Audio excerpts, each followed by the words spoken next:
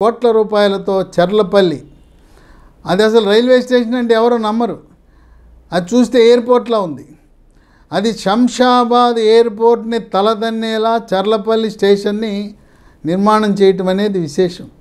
ఆ విధంగా నేటి ప్రజల అవసరాల మేరకు, ఆకాంక్షల మేరకు ఆధునికను జోడించి మరి డిజిటల్ సౌకర్యాన్ని కల్పిస్తూ ఇప్పుడు రైల్వే స్టేషన్కి ఎక్కడికి వెళ్ళినా కూడా మనకు వైఫై సదుపాయం ఉంటుంది. చాలామందికి ఈనాటికి కూడా తెలియదు.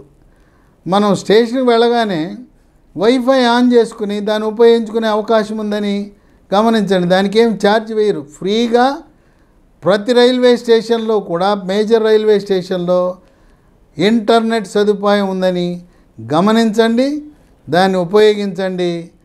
అది ఆధునిక భారత్, వికసిత్ భారత్, వికసిత్ ఆంధ్రప్రదేశ్ అంటే కాలము చెల్లిన విధానాలు.